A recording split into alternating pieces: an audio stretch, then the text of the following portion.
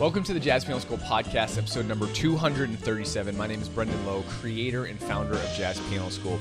In this particular episode, I'm going to be going over ear training for reharms. Now, this is actually two videos put together, and it's taken directly from the ear training playbook. Now, again, I've been talking about these playbooks. They're going to be released on Black Friday, so this is a video. This is actually two videos, the learn video and the practice video, taken directly from the playbook that I'm going to be releasing on ear training on Black Friday. Now, there's multiple playbooks: blues, comping, solo piano, ear training, improvisation, and so much more. All of those are going to be released on Black Friday. If you haven't done so, go to jazzpianoschool.com/Black Friday 2021 to get on our email list to receive all of the details about the new release for these playbooks coming on Black Friday, and also so you can receive information about the discount that we're going to be releasing for our amazing Black Friday special. With that being said, let's dive right into this episode. Here we go. Okay, hearing reharm movements is going to be about the combination of two things. And like I've been saying, I'm going to sound like a broken record, but it's about the knowledge of the reharm, so you understand what types of reharms are available, and then developing a relationship with each one so that you can play it and hear the sound that it's creating. Also, it's going to be about a combination of understanding extensions and how extensions affect reharms. Because when you hear different sorts of reharms, for example, a 3-6-2-5 could sound like this, or it could sound like this.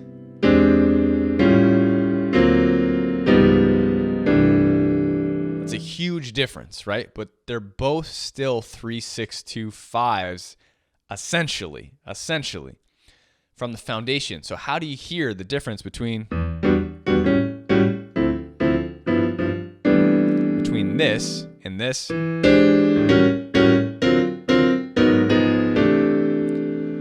Right? There's a lot happening that transitions the sound into that second variation based off the first variation, right? So again, the first thing you want to do is honestly just move through the reharms and understand reharm motions. The four classic reharms that I teach: tritone sub, relative to minor, the secondary dominant, and the sus. And again, in the Reharm playbook, this is where you're going to diverge down this path to learn all about those. But again, the main thing is you want to be able to hear these reharms. So for example, a tritone, instead of this movement, you want to hear this. Now, the main difference that's going to be easiest is the root motion. When you hear reharms, a lot of the time you can hear them very easily, just like I talked about before in progressions, by just putting your ear on the bass line, So the one thing that the bass line will tell you is there a particular progressional reharm happening? Now, reharms can happen through kind of movements and progressions or extensions and the quality of the chord changing, which I'll talk about in a second.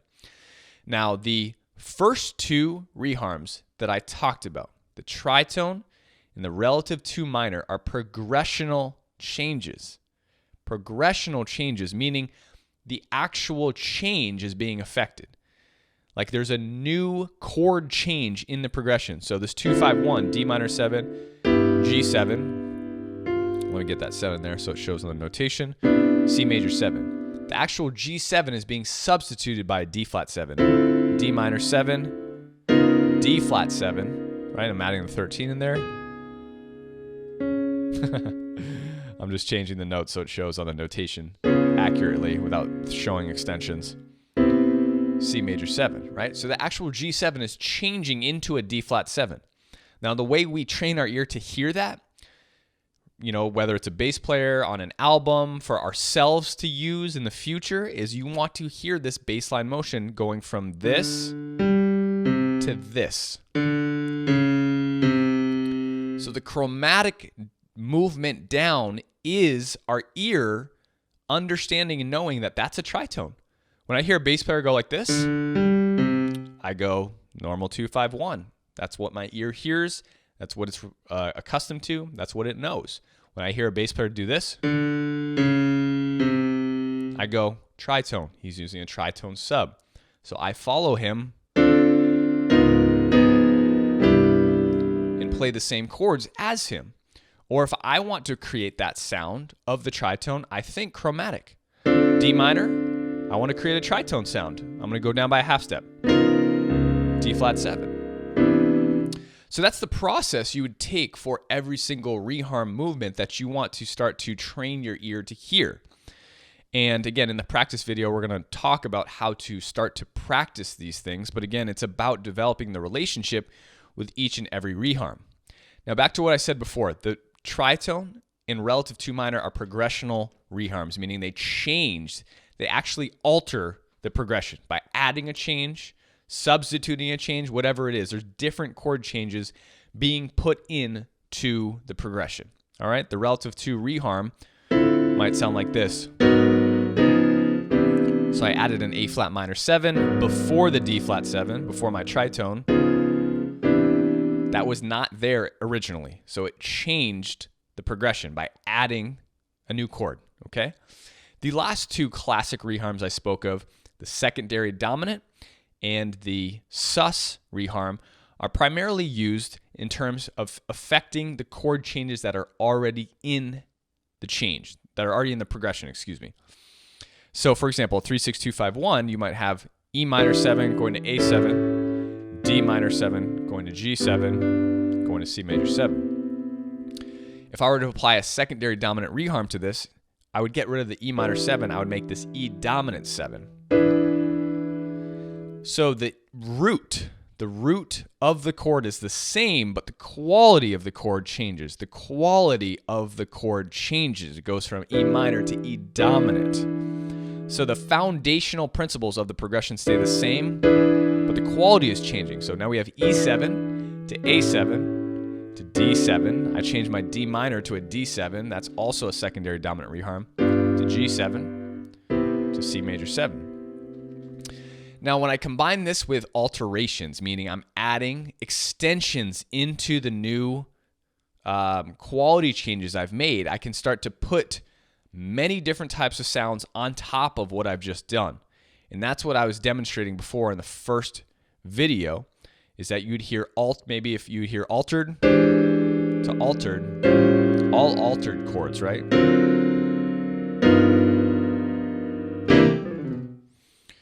Right? That is still a 3-6-2-5-1, but it's supremely different from the first variation that I played, E minor to then this, as opposed to this, right? And that's because the quality has changed and I've added extensions into the mix, okay?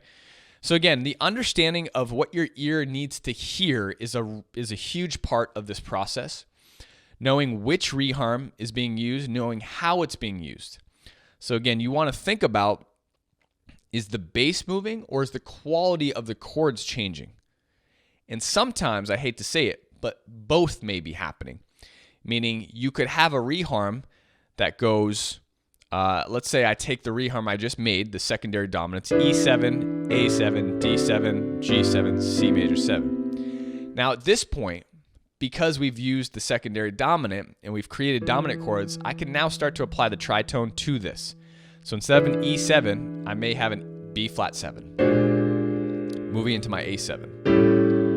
And then instead of D7, I'll use the tritone and I'll play A flat 7, G7, C. So my new progression is B flat, A7, A flat 7, G7, C major 7. So that progression is essentially a variation of a 3-6-2-5-1, starting from the flat 7.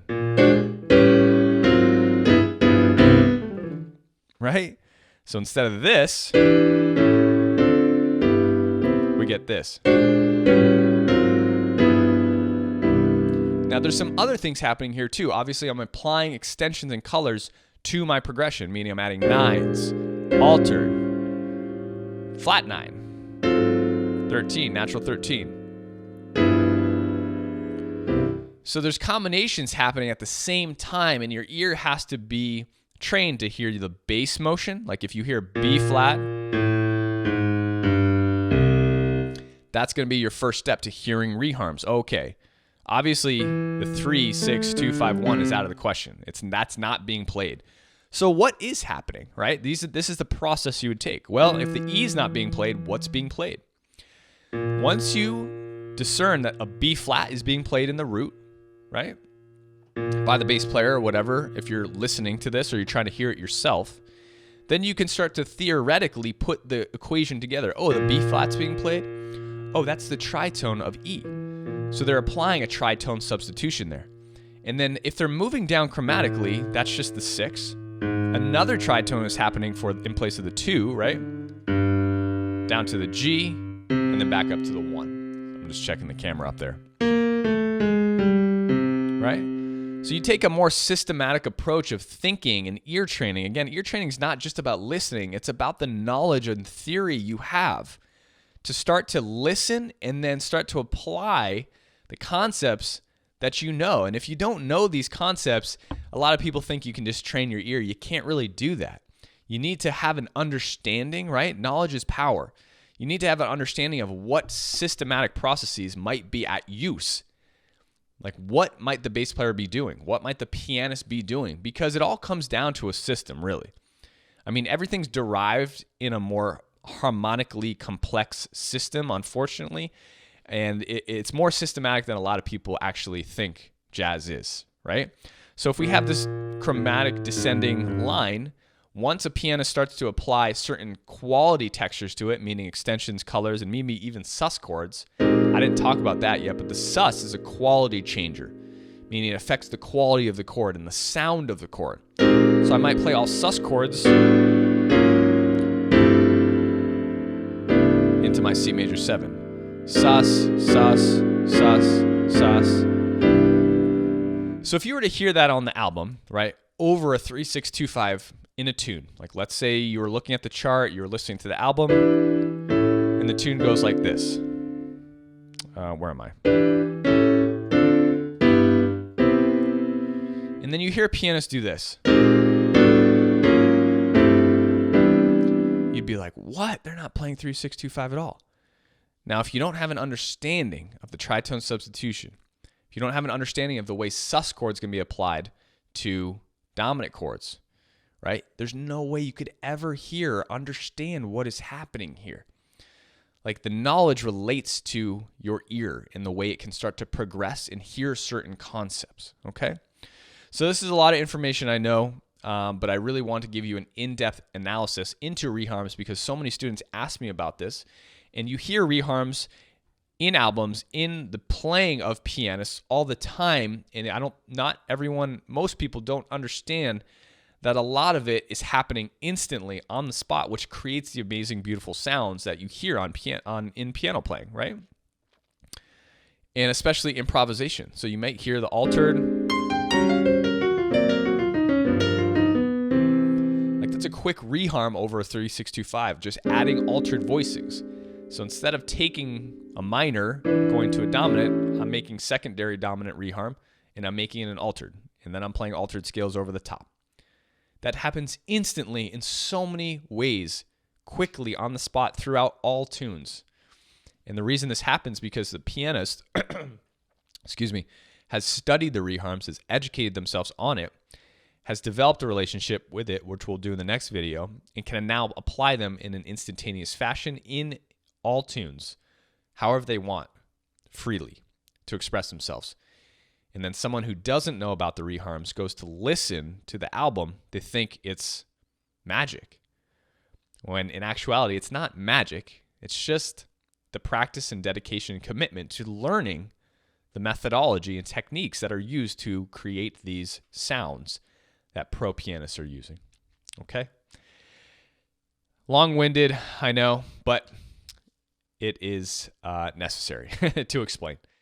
So when practicing these, obviously, again, you just need to educate yourself on each individual reharm. So when you play the reharms, the first thing you're going to want to practice after you know it, like you just need to know how to do the reharm first. Like, how do you play a tritone reharm? Well, you're going to take your C7 dominant chord and replace it with an F sharp 7 dominant chord. After you have an understanding of this, you can start to actually work on it. Meaning I can start to play Let's go to a different chord here. So F7, I can play B flat 7, right? Excuse me, B7. F7, B7, right? So the first thing I want to do again is train my ear, like I said before, to the root motion. For the tritone in the relative to reharm methods, you want to train your ear to the root motion because it's a progression changer. It's a progression changer.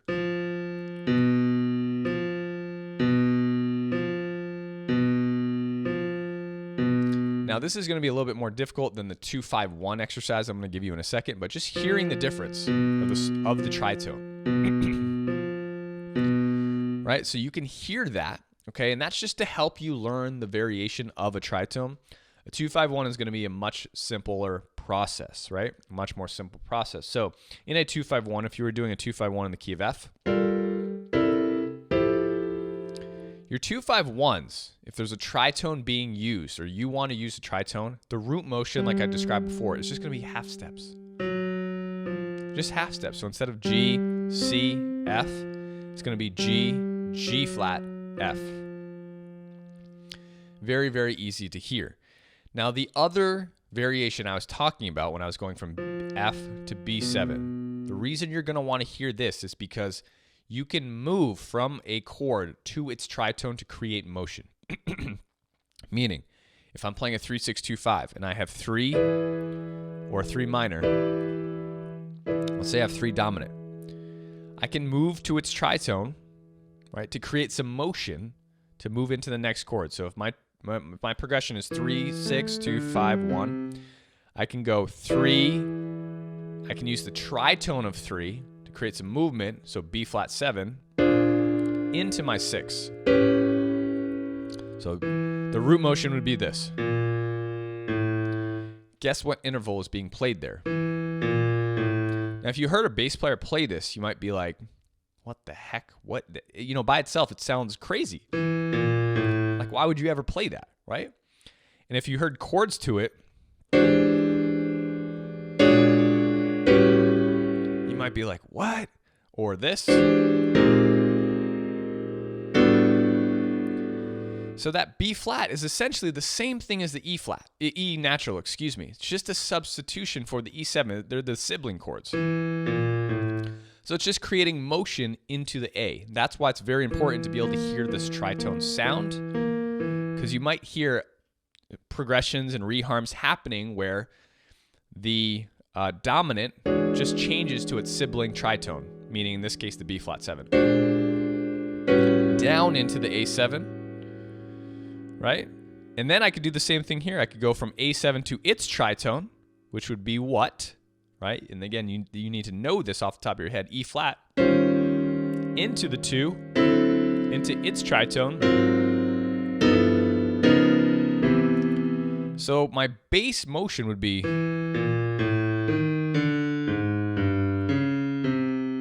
right?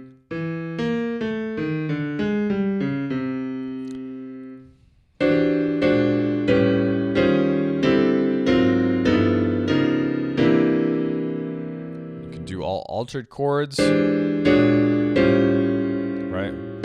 Whoops, sorry. Where are we? I mean, that sounds a little funky. I wouldn't recommend that necessarily, but you could just to show the options there, right? So the bass motion is very, very important. And again, the process, excuse me, the systematic process that we use to start implementing all of this is the same process that I've talked about. Play your bass line, whether you're just trying to hear this, and listen. Focused listening. And then start to hum it.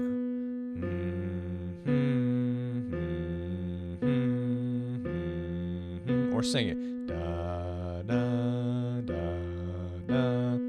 And then try and sing the tritone without it being there. Da, da, da, da. And then sing without any notes. Da, da, da, da. It's the same process I've taught you throughout all of the steps, right? So you want to use this through all of the reharms. Now, like I said, the quality the progression changing reharms, the tritone and the relative 2 minor, you're going to be listening for the root motion. But the other two, the secondary dominant and sus, are going to be quality changers. So if you hear the root motion is the same, but you hear this,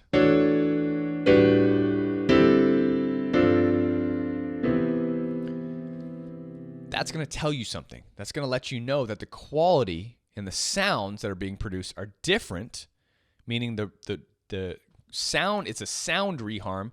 The progression stayed the same, meaning the bass player may be playing the same progression, but the pianist is adding reharms on top, meaning they've changed it to a secondary dominant and added sus chords. Sus, sus, sus, sus, resolution into the 1, right?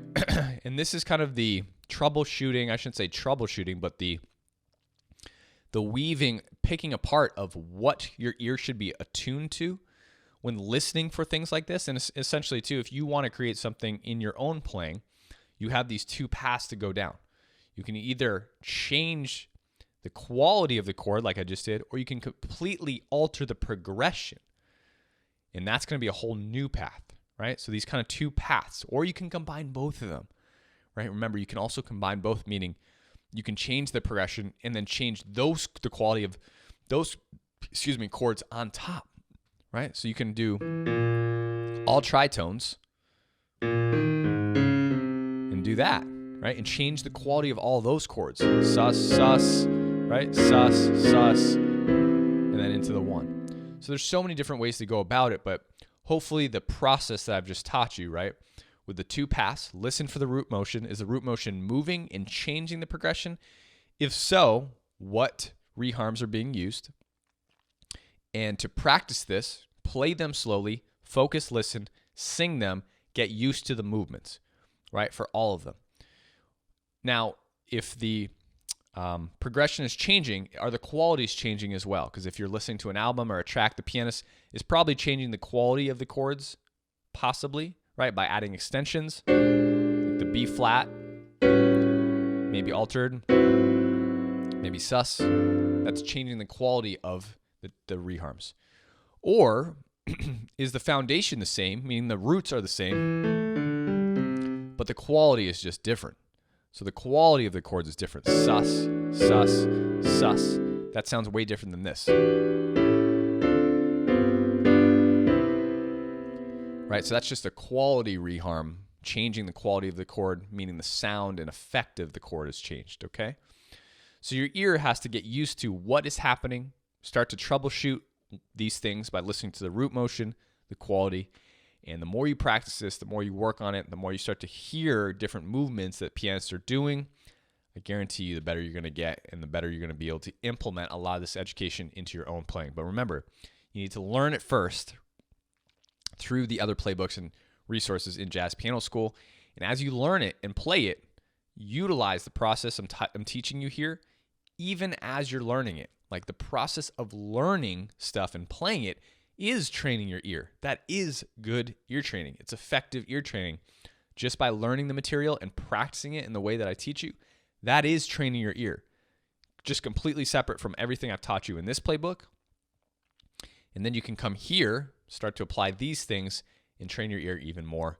And again, you'll start to hear all these movements. You'll start to put on albums, be like, oh, tritone relative to, secondary dominant. Oh, he's putting a sus here, but not here. Oh, he's adding a flat 9. Oh, that's an altered chord, right? All these things are going to start to come together slowly but surely, I promise you. But it takes time. Just be patient, and I promise you'll get there. Okay? Thanks so much for watching. I'll talk to you soon.